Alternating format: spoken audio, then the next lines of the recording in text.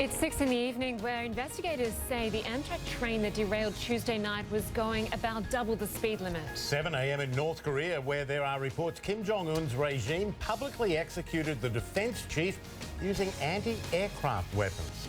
And it may serve as a wake-up call for Christian leaders in the US. Pew Research shows a sharp decline in Christianity among millennials. Hello, I'm Lynda Kinkade. And I'm Michael Holmes. Welcome to CNN Today.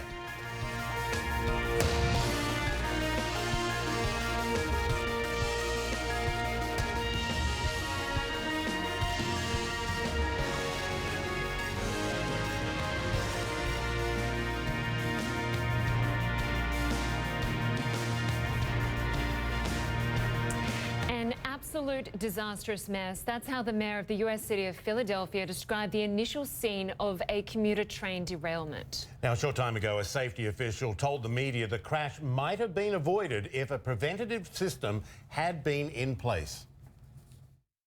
We have called for positive train control for many, many years. It's on our most wanted list. Congress has mandated that it be installed by the end of this year. We are very keen on positive train control. Based on what we know right now, we feel that had such a system been installed in this section of track, this accident would not have occurred. The crash killed 7 people and injured more than 200. Officials say the train was going twice the speed limit and the emergency brakes were applied at the last second. Brian Todd has been looking into it for us. Here's the latest on the investigation. We have a major event out here. We have people on the track. Screeching noises, electrical flashes, then pandemonium. Got a report of a train derailment, also a person screaming. Investigators now believe Amtrak Northeast Regional Train 188 may have been traveling at twice the speed limit when it derailed in a Philadelphia neighborhood at 9:30 p.m. on Tuesday. I was thrown against the girl next to me against the window, and people from the other side of the aisle started falling on top of us. Searching for answers in the aftermath, today officials recovered the train's data recorder, the so-called black box. And CNN has learned investigators are seriously considering whether excessive speed could have caused the accident. The Amtrak train is believed to have been traveling in excess of 100 miles per hour as it approached a turn where the speed limit was 50, according to a source briefed by investigators. One passenger tells CNN the train did appear to pick up speed right before the jolt. It felt like we sped up a little bit at first, as if we were almost going around a curve. National Transportation Safety Board investigators will also study the condition of the track and the train, how the signals operated, and, quote, human performance.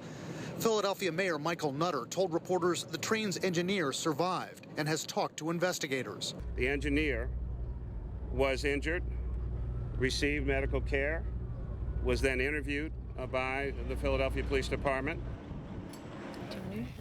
Well, Tuesday's fatal crash renewing the focus on how the US funds and maintains its rail systems. Stephen Ditmyer joins us now live from Washington. He teaches at the Railway Management Program at Michigan State University, an expert on US rail infrastructure. We'll get to infrastructure in a moment, but first I know that you also cover other areas of the industry, and you can address why on earth would he have been going 106 miles an hour, 170 kilometres an hour, heading into a curve? What could cause that? There's several possibilities. The engineer could have been distracted. He could have possibly fallen asleep or be on some medications.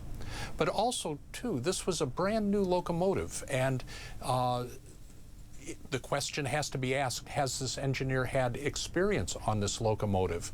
And was there maybe an issue with the locomotive itself?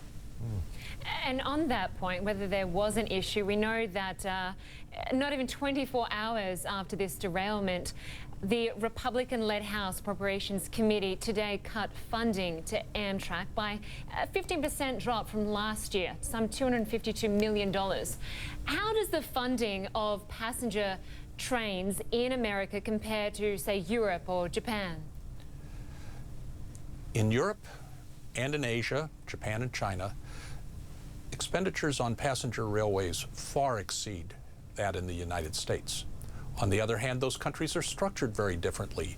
They have bigger cities closer together, so there's a much greater need for passenger trains there.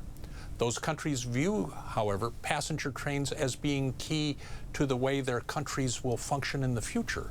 So there is a culture of expenditures for passenger trains in Europe and Asia.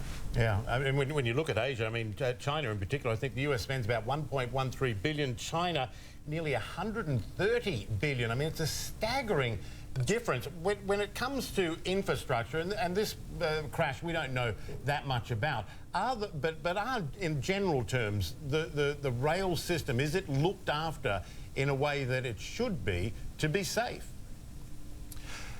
In the United States, our freight railroad system is in very good shape. The railroads are profitable, and they have been investing in the track structure. However, for the passenger railroad, Amtrak, and some of the commuter railroads, they are limited by the amount of money they have, and therefore they do not spend enough to upgrade and replace obsolete infrastructure. We know in just this year alone, there's already been 9 derailments, and last year there were about 6. Are we seeing an increase in the number of derailments in the US? It's hard to tell whether or not that's a statistical aberration, because many of the derailments in recent weeks and months have been caused by grade crossing accidents where the train hits a car or a truck and derails. Others, there are the number of oil train derailments, some of which are caused by broken wheels, broken rails, and maybe even train dynamics have caused some of those. So we're seeing a variety of different types of accidents, and this one where the train is running fast is very much like the accident in New York City in December of 2013, where a train sped around a curve too fast, fell off the tracks, and people died. Yeah, and going back, I mean, you talked a bit about, you know, the amount spent or not spent on maintaining the passenger system as opposed to the freight system, which is a very good. We were hearing in the NTSB news conference earlier this positive train control system. Are you surprised that that's not in every single train, where it would slow the train down in a situation like this? Well, it certainly should be on every train, every passenger train. However, the federal mandate requires that positive train control be installed on all passenger lines by the end of this year, by the end of 2015. Amtrak has it on other tracks, on other of its routes, but it had not gotten the installation on this particular track where train 188 was running. They had not gotten that installed and operational quite yet. Which is quite surprising, given it is the busiest route in the country. That is very true. Stephen Ditmyer, thanks so much from the Railway Management Program at Michigan State University. Appreciate your expertise on this. Thanks so much. Thank you. Thank you.